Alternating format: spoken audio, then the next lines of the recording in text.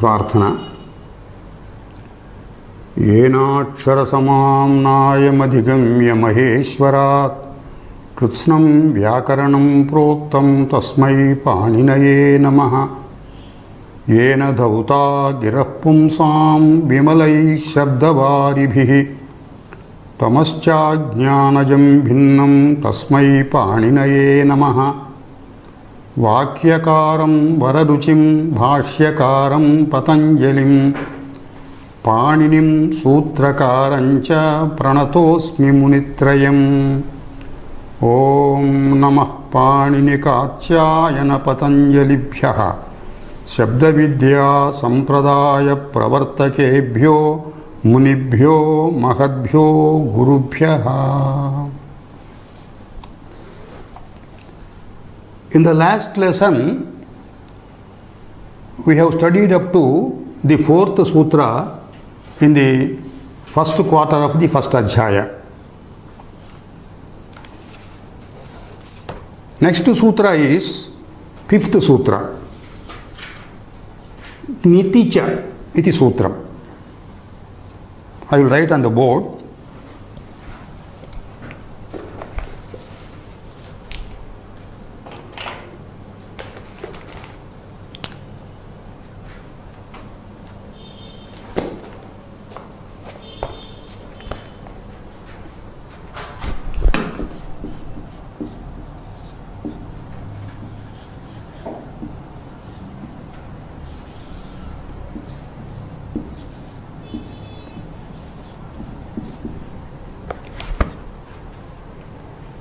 In this sutra, from the former sutra, we take these words as anuvrutti, na, guna, vruddhi.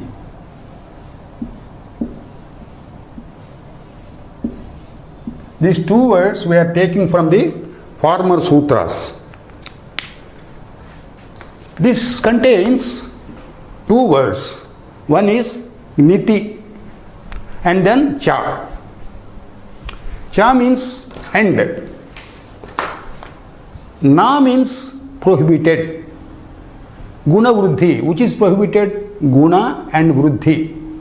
They are both prohibited when niti. Niti is in saptami vibhakti, that is locative case. That means when the pratyaya imposed is kit, git or nit. Niti iti, that single word, it contains three words: git, kit and gnit.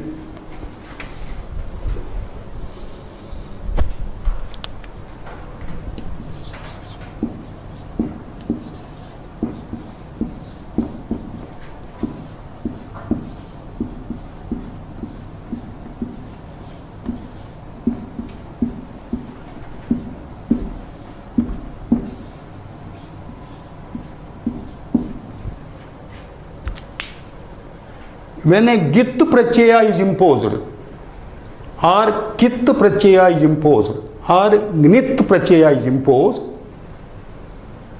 guna and vruddhi, which are supposed to normally occur, they are prohibited. We will take up what is git. Git is, here gakara is the it in pratyaya. In this particular pratyaya, gakara is it. Iti means disappears. Gakara disappears. Kit is, it contains ka. Ta disappears. Here also not gakara, ta disappears. Gnit. Here also takara disappears. So, as an example of git, we take this pratyaya.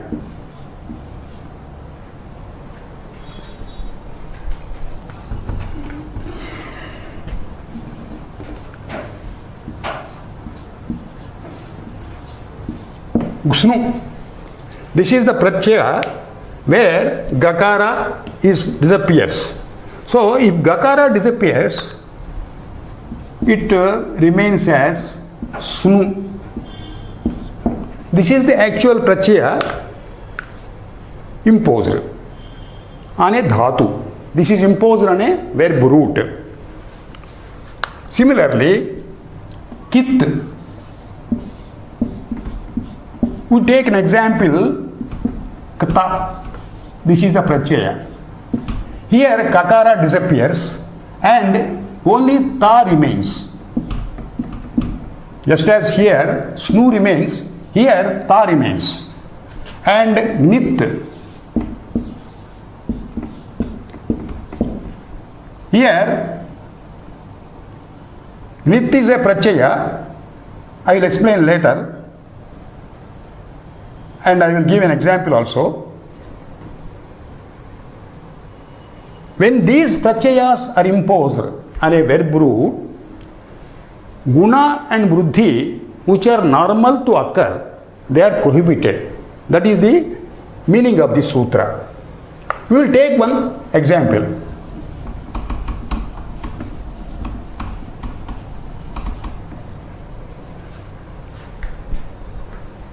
You take a verb root, ji. Ji means jaya, to win. That is the meaning of ji. Saha jayati, we say, he wins. Ji is a verb root. We call it dhatu in Sanskritam. Ji means to win. When Ji is followed by a snu pratyaya, as I told, snu, the gakara disappears and snu only remains. Here, this snu pratyaya, whatever pratyaya is added to this ji, when a dhatu contains ikara in the end, automatically ikara becomes guna or vruddhi. That is, e becomes a or I. Here, because guna and vruddhi are prohibited here, when snu pratyaya is imposed, here ji will not be transformed into j. So this becomes jishnu. Jishnu means who naturally wins. Winning is his svabhava. He never gets defeated. We use this Visheshanam to Vishnu because Vishnu is never defeated in any war with Rakshasas.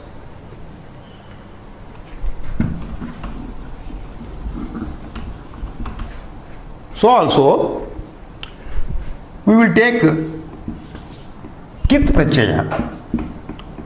Ta. This is a kit pratyaya. Here ka disappears. Ji plus ta. This kit pratyaya also, if there is no prohibition, it would have converted ji into j. But here it is prohibited. So the word becomes jita. Jita means the conquered, the one who is conquered. So also, chi is a verb root meaning chayane, select, to select.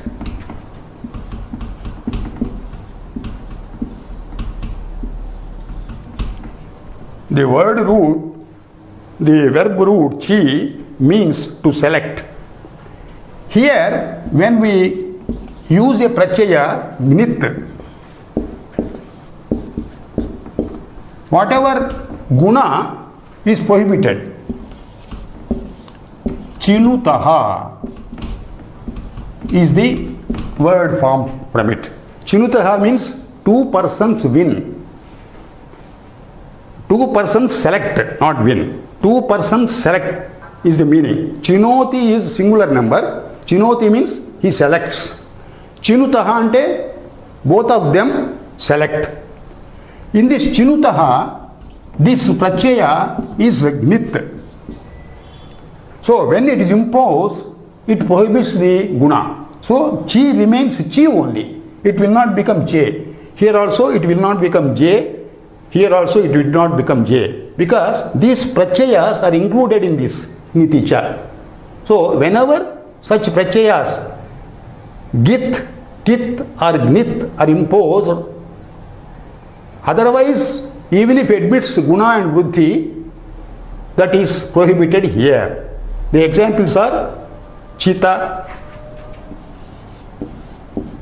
jita, stuta. See, this stu means praise, to praise. This is ukaranta. Normally, when a pratyaya is imposed, it admits guna, that is, it becomes sto. But here, because this is prohibited here, it remains stuta. So these are the examples. Jishnu is the example for snu pratyaya, and jita and chita and stuta are examples for pit pratyaya. For gnit pratyaya, chinutaha is the example. Here also, chi remains chi only, it will not become che.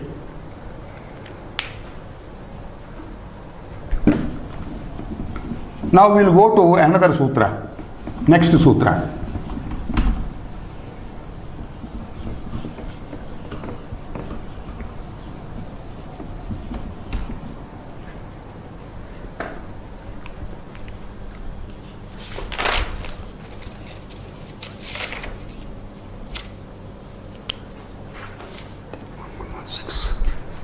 One one six.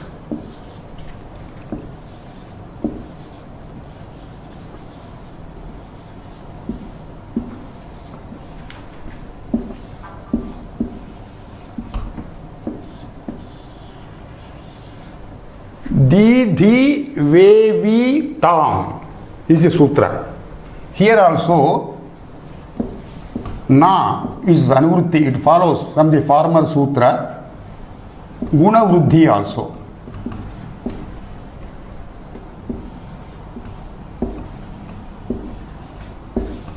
These two words, they follow this from the former sutras.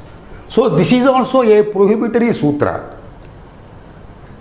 Dhi vevi, this will be divided like this. Dhi vevi itam.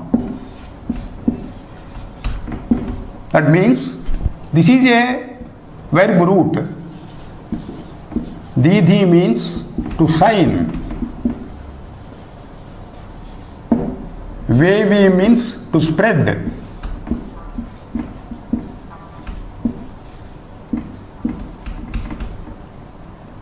It means it is an augment.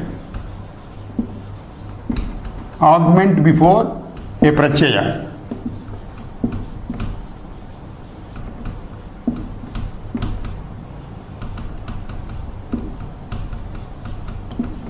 The meaning of the sutra is, when we use the verb root dhatu, dhi or vevi, or when we use it, the augment before a pratyaya,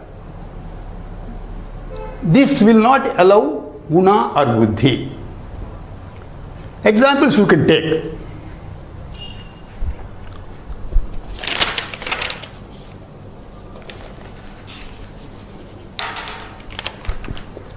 We will take an example.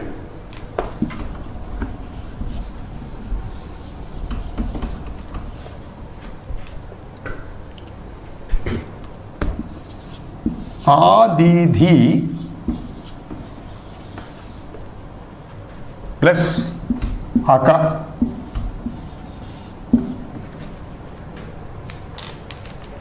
This is didhi is the root. This a is a prefix giving it force.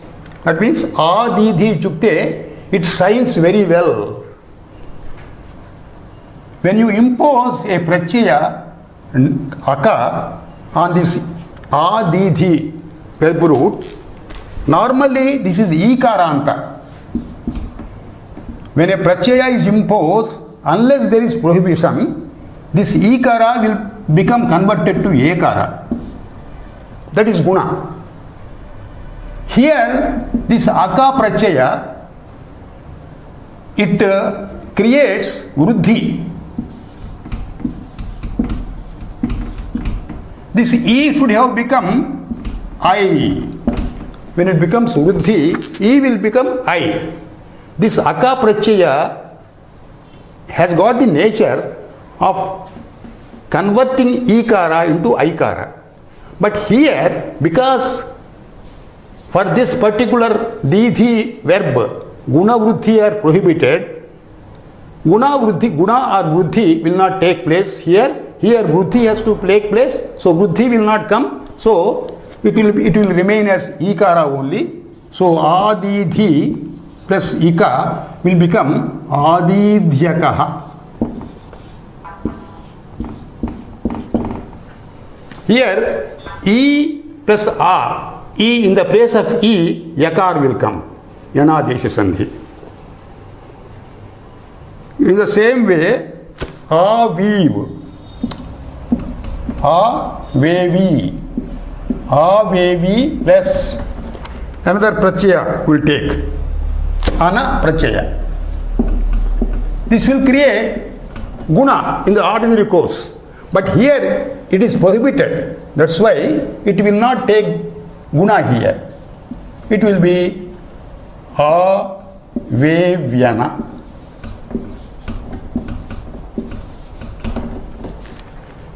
Avevyanam. Here, ikara has not taken guna because it is prohibited for this vevi dhatu. Same way, itam. When idagamaha, it is an augment for a pratyaya. For example, kan dhatu. Kan plus idagamaha, augment, ta is the pratyaya. Here, normally, here, kan plus ita, e should have become a. Normal way. Because it is prohibited, it will not become a, it will be ikara only. That is kanita. Kanita is the word formed from this kan plus e plus ta. Had there been no guna prohibition, it should have become kaneta. So, for this dithi and vevi are two dhatus. It is an augment for the pratyaya. When these occur, normal guna and buddhi will not take place. That is the meaning of the sutra.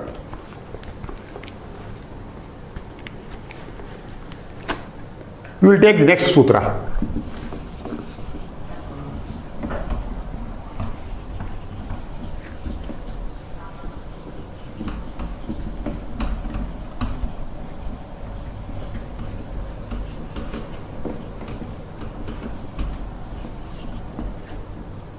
Now this we have finished with guna and buddhi prakaranam. We are entering a new prakaranam.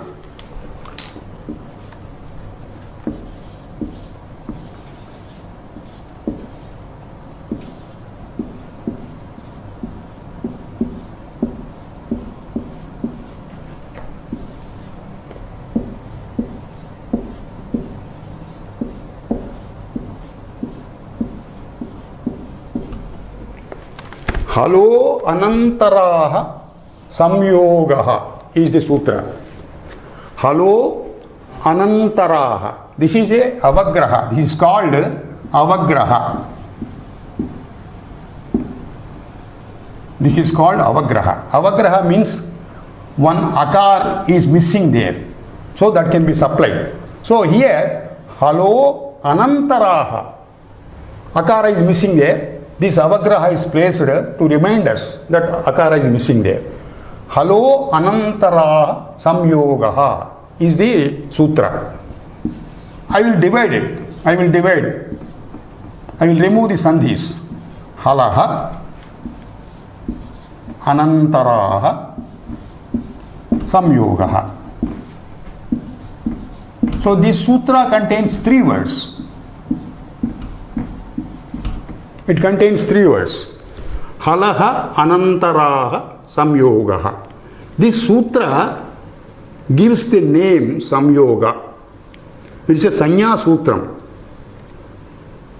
Here the Sanya, the name is Samyoga. What is Samyoga? It explains. A Samyoga is nothing but Halaha Anantaraha. Halaha means this is a Pratyahara. Right from 5th sutra to the last sutra, Hayavarat, Lan, Nyamagananam, Ityadi, up to last sutra, Hal is the Pratyahara. So Hal means all the consonants.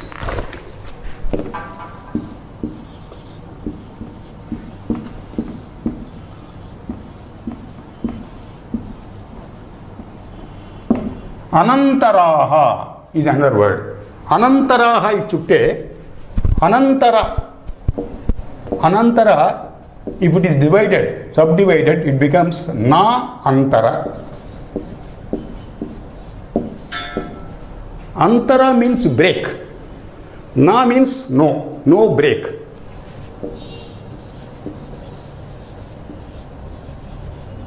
So, what does this mean? Consonants having no breaks in between. That is the meaning. Halaha Anantaraha means two or more consonants not breaking and means not admitting another vowel in between them. Hals are continuously followed, but no ach is entering in between. So hals are called Anantaras when there is no break. It contains only hals, 2 or 3 or more. So such consonants, when there is no break in between, the break will occur only because of ach. Because hal means, hal is one jati. The different jati is ach. So when hal is hal at all, if at all it is broken, it will be broken by a ach. So it does not contain any 2 or more hals not containing an ach in between. It is called a Samyoga. Normally, Samyoga means in ordinary Sanskrit a union. Here it is union of hals without any break. Example will give.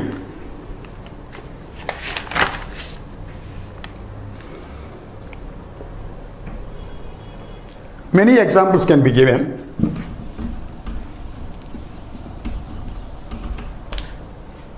One example is Agni.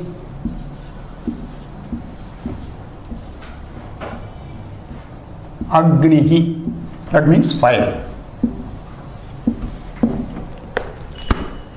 Please observe this word, Agnihi. It contains how many letters? A is one letter, Ga is another letter, Na is another letter, E is 4th letter. It contains 4 letters, A, Gakara, Nakara and Ikara. So here you will observe that Gakara and Nakara closely united without having any break.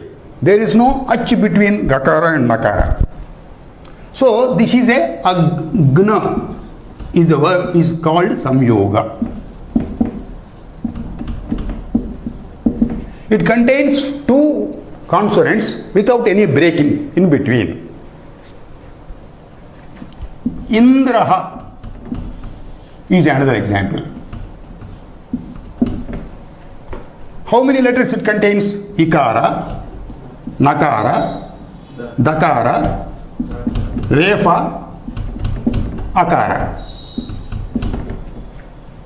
Indraha, such a simple word, does it contain 5 letters? Yes, it contains E, Nakar, Dakar, Refa, Akar.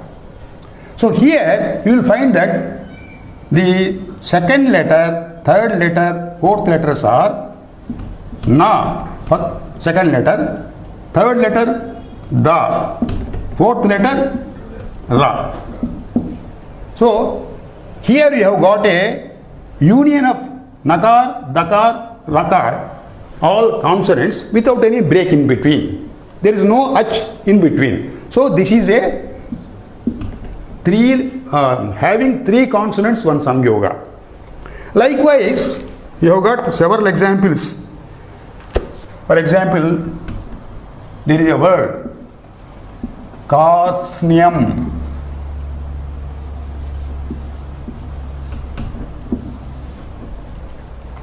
This word, Katsnyam, it means wholeness. This word contains how many letters? Kakar, Akar, Takar, third, Sakar, fourth, and then again Katsnyam. Katsnyam. Kakar is one, Akar is one, and then Refa is one, third, and Takar, Sakar, Nakar, Yakar, and A, and Makar. This Katsnyam contains 1, 2, 3, 4, 5, 6, 7, 8, 9 letters. It looks so simple. But here you see this Refa, Takara, Sakara, and Nakara and Yakara, all these 5 consonants are together without any break. So this is a Samyoga containing 1, 2, 3, 4, 5 letters. So Agni contains 2 letters, Indra contains 3 letters, this Katsnyam contains 5 letters. So these are called Samyoga. You can give any number of examples. Now to understand it completely, we will take a counter example.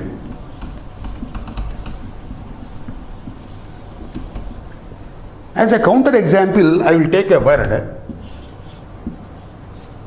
Panasam, a fruit. Panasam is a fruit. Here you have got Sakar and Makar. But in between Akar is there. Sakar and Makar are there, but in between Akar is there. So this is not a Samyoga, because it is broken by Ach. Suppose, why I have given this example, had it been a Samyoga Akshara, Sakar would have disappeared because of another rule. So because this is not a Samyoga Akshara, this Sakar is not disappearing.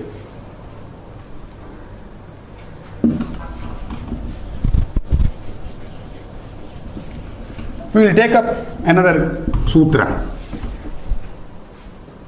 మీరు చూసుకుంటుండండి.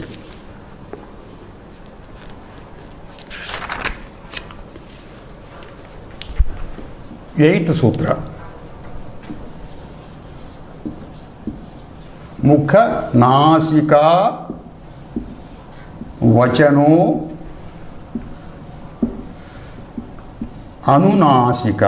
అనునాసికః.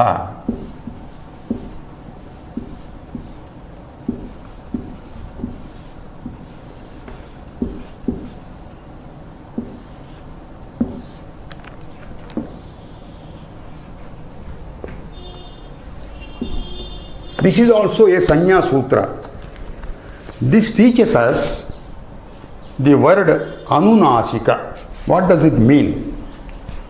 Mukha Nasika Vachanaha. We will divide it. Mukha is one word. Nasika is another word. Vachanaha is another word. This Okara has come in the place of Visarga because of Sandhi, and then Anunasikaha is another word. Here Akara, this Avagraha indicates that Akara is omitting. So what is Anunasika? That is taught in this sutra. This is Anunasika Sanya Sutram. Sanya Sutram naming Anunasika. What is Anunasika? Mukha Nasika Vachanaha. Vachanaha means word. Uchyate iti Vachanaha. Vachanaha is word. Mukha Nasika. Mukha means mouth. Nasika means nose. Vachanaha means uttered. The word uttered is called vachana. Mukha nasika vachanaha it is a samasa. Mukha sahita nasika. Mukha and nasika together. Okay? Mouth and nose together. A word or a letter uttered with mouth as well as nose. That is called anunasika. A letter uttered with mouth and also with nose. That is called an anunasika. Example, take A, the first letter. When I am pronounced A, I am using only mouth. I am not using nose. Suppose I use nose also, it will be written like this. This is anunasika symbol. How to pronounce that? That is, I am pronouncing it, I am uttering it with mouth as well as nose. You can observe the difference. No nasal sound. With a nasal sound. So, mukha nasika vachanaha, this is the example. This is called anunasika. Likewise, any vowel can be pronounced with nose. They becomes anunasika. For example, E is there. E is pronounced by mouth only. It becomes nasika. Anunasika. Evam. U. All vowels can be pronounced only by mouth or mouth plus nasika. The same way, we have got letters, 5 letters in Kavarga. Ka, Kha, Ga, Gha, Na. These are the 5 letters in Kavarga, the group of Ka. The last letter is anunasika because it is uttered along with mouth as well as nose.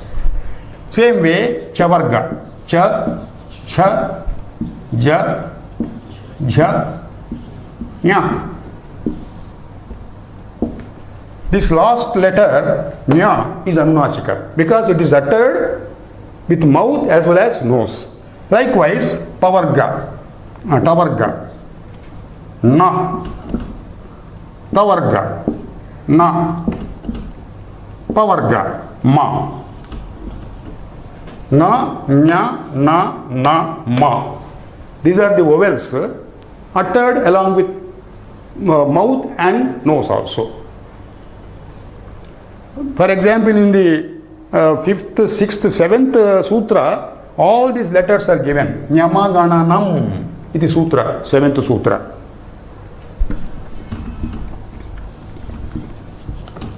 Here, examples are not necessary. I told you, all vowels can be uttered in an anunasika way, and these vowels, consonants, anunasikas, nga, nya, na, ma. They are called anunasika consonants. Next we will go to next sutra.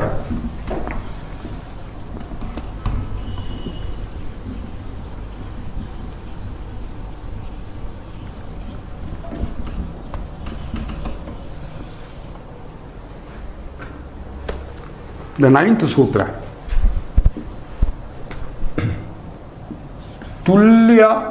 Tulyasya prayatnam savarnam.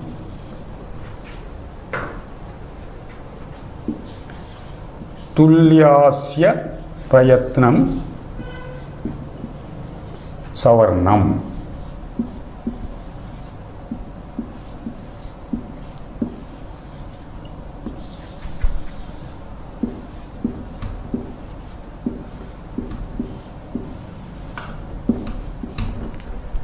Tulyasya prayatnam savarnam is the 9th sutra. This is also a Sanya sutra. What is the Sanya given here? Savarnam, it is Sanya. What is Savarnam? This sutra teaches. In Sanskrit, you have got a word Varna.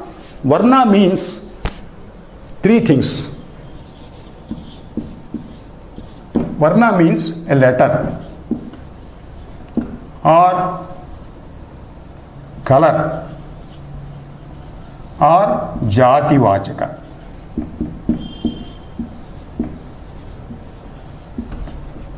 It signifies a jati. Varna, letters. We are familiar with this because we are telling all these varnas, varna samam nayam utold. Color also is one meaning. Color means white color, red color, they are called varnas. Jati vachaka. In olden days in India, there were four mukhya jatis. They are called varnas. Brahmana, Kshatriya, Vaishya, Shudra. Of course, now it is outdated. Previous history we will see, everywhere this Brahmana, the duties enjoined on Brahmanas, Vaishyas, Kshatriyas, Shudras, they are different. So that is the outdated Vyavastha. Now it is Kalabahya, out of date.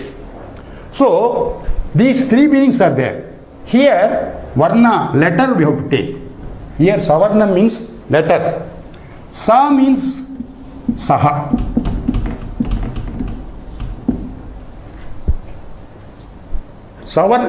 Two letters are called Savarnam when they can travel together, when they are friendly. It is a general term. But what is Savarnam? It is clearly enjoined here. Tulya asya prayatnam. Tulya means equality. Asya means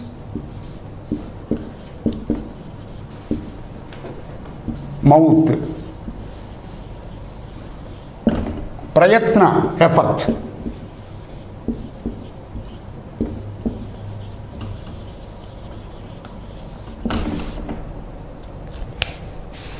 Two or more letters are called Savarna when their origination of the mouth and the effort required to pronounce them are equal.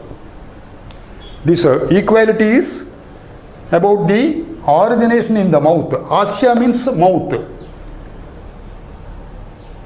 A letter originating in mouth is also called Asya.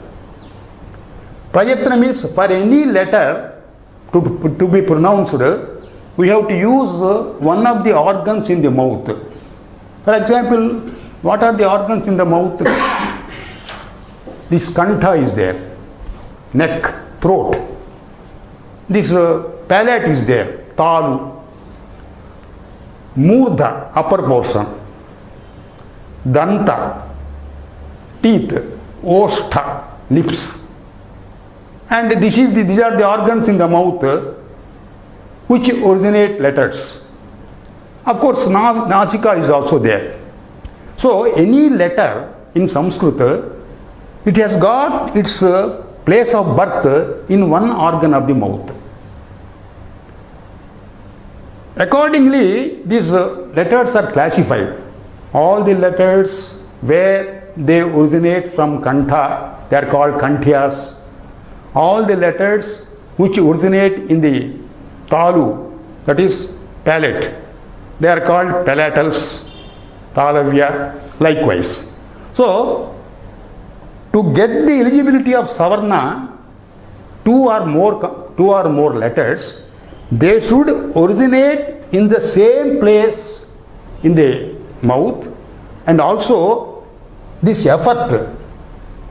Any pronunciation of a letter, any utterance of a letter, it requires some effort, human effort. For example, in our old Shastras, it is told that the letters emanate from Nabhi and they come out from the mouth. That from Nabhi, what is produced in the Nabhi? Air is produced. This air is produced from Nabhi. A dead man cannot utter words. A living being can utter words, can utter letters, because of the air that is circulated in the body. So this air circulated from Nabhi portion, navel portion, it hits a particular part in the mouth. Depending upon which part it is hitting, different sounds are produced. For example, I say ka, that air is hitting this portion of the kantha. I say cha, that is hitting this portion, talu portion. I say sh, that is hitting the upper portion of the mouth. Pa, that is hitting the lips. Likewise. So, two or more letters to be called savarnas, they require two qualifications. One qualification is the birthplace of their letters should be the same place in the kantha. Kantha, talu, murdha, lips, evam. And the prayatna required.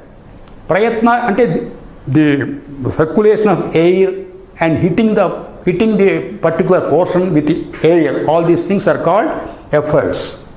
Again, these efforts are of two kinds. When a letter is pronounced, when a letter is uttered, there is some internal effort and external effort. What is that internal effort?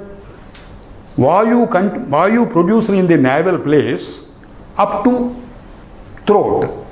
Whatever changes are taking place inside the body, that is called internal effort. That is, when a letter is produced, uttered, before utterance, before the hearing of that letter, whatever effort is required inside the body, it is called external effort, internal effort. And then whatever effort is required when the letter emanates from kantha outside, it becomes audible. Before it becomes audible, external effort is also required. So internal effort and external effort. Internal effort is called abhyantara prayatna.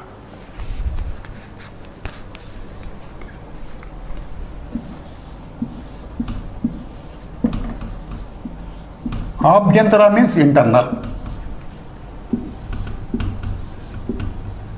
within the body. Bahya is outside, external.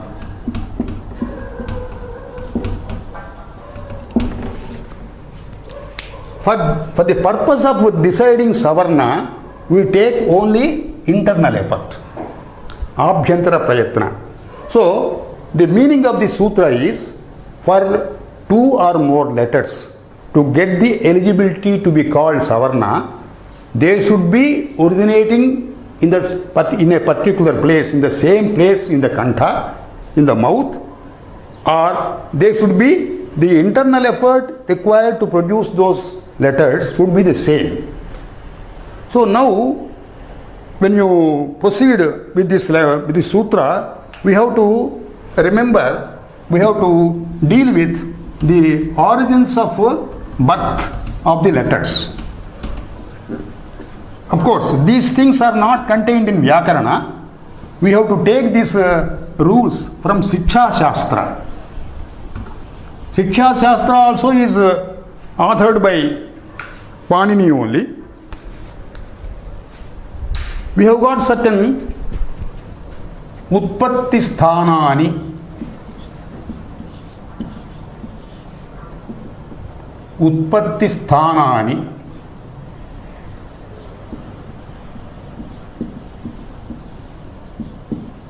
Utpatti Sthanani means the letters of the places of birth of letters. The places of birth of letters.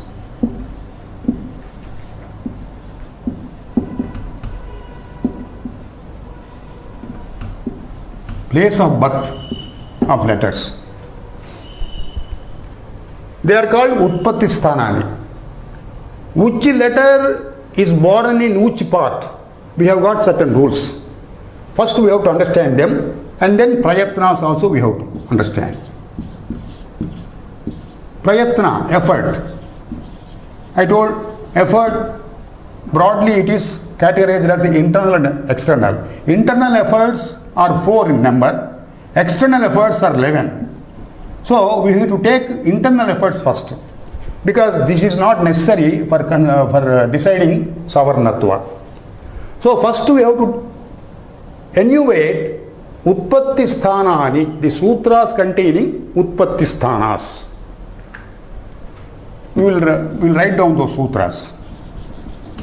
The sutras teaching us which letter originates in which part of the mouth.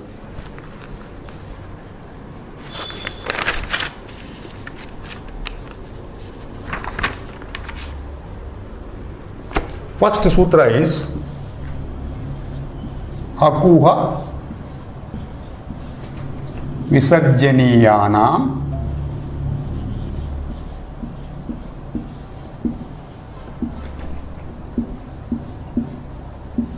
Kantaha.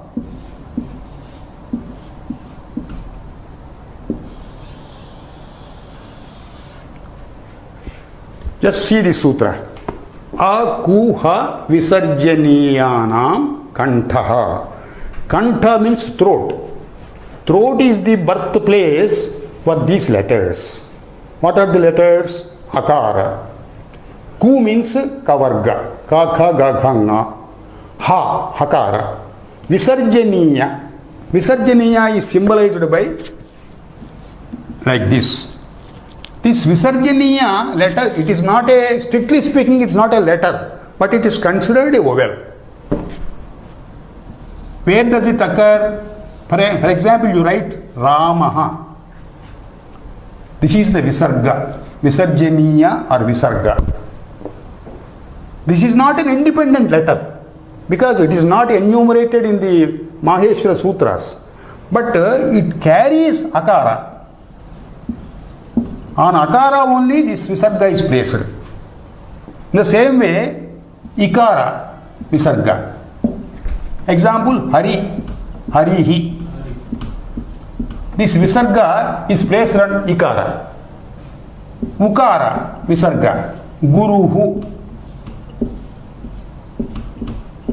This Visarga is placed on Ukara. So this Visarga, even though it is not an independent letter by itself, what is the import of telling that it is not an independent letter? We cannot write like this, a letter, single letter, just like A, I, U. We cannot simply write. It has to follow one vowel. So they are called, they carry the vowels with them. So they are considered vowels. So Akara, Kavarga and Hakara and Visarjaniya or Visarga, the origin of birth is Kantha, throat. Second Utpatti Sthana principle is